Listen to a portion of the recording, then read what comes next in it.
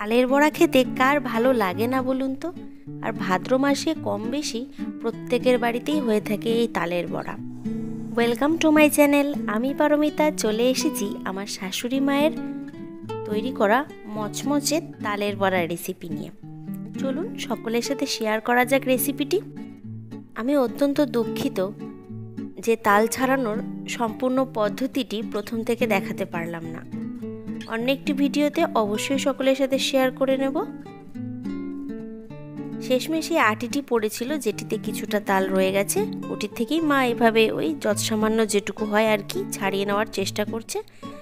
আর লাস্টে যাতে তালে কোনো আঁশ না থাকে, তাই কোনো একটি পরিষ্কার কাপড় দিয়ে এভাবে তালগুলিকে চেপে চেপে বার করে দিতে হবে। আর ভেতরে থেকে যাবে আঁশগুলি। বেশ সুন্দর থকথকে আঠালো তাল বেরিয়ে এসেছে দেখুন। প্রথমে তাতে দিয়ে দিল চিনি, যে যেরকম চিনি খাবেন সে অনুযায়ী দেবেন। তারপরে দিয়ে দিচ্ছে মা এখানে সুজি দিলে খাস্তা বা মচমচে হয় বেশ ভালো। আর দিয়ে দিচ্ছে 4 থেকে 5টি কলা দিলে বেশ মিষ্টিও হয় আর ভেতরটি নরমও থাকে আর ফোলেও ভালো। এবার দিয়ে দিবে নারকেল কোড়া। এগুলি তালের বড়া বানানোর বেসিক ইনগ্রিডিয়েন্টস, যা সকলেই ব্যবহার করে থাকেন।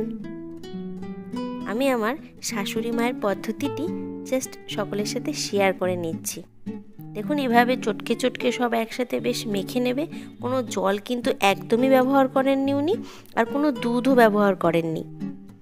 এভাবে বেশ চটকে চটকে ঠাসিয়ে ঠাসিয়ে মেখে নিচ্ছেন। দেখুন তালটা কতটা আঠালো হয়েছে। আপনারা চাইলে এই মাখার মধ্যে কিছু মৌরি ব্যবহার করতে পারেন, তাহলে খাওয়ার সময় মুখে বা দাঁতে পড়লে বেশ ভালোই লাগবে। আর দিয়ে দিলেন সামান্য পরিমাণে লবণ। বড়াগুলো ভাজার সময় যাতে কড়াইতে নিচে লেগে না যায়, তাই জন্য দিয়ে দিলেন বেশ কিছুটা ময়দা।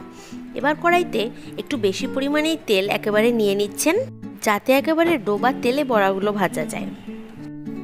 তেল গরম হলে হাত দিয়ে বড়ির মতো করে মাখা তালগুলো দিয়ে দেওয়া হচ্ছে বড়া ভাজার জন্য।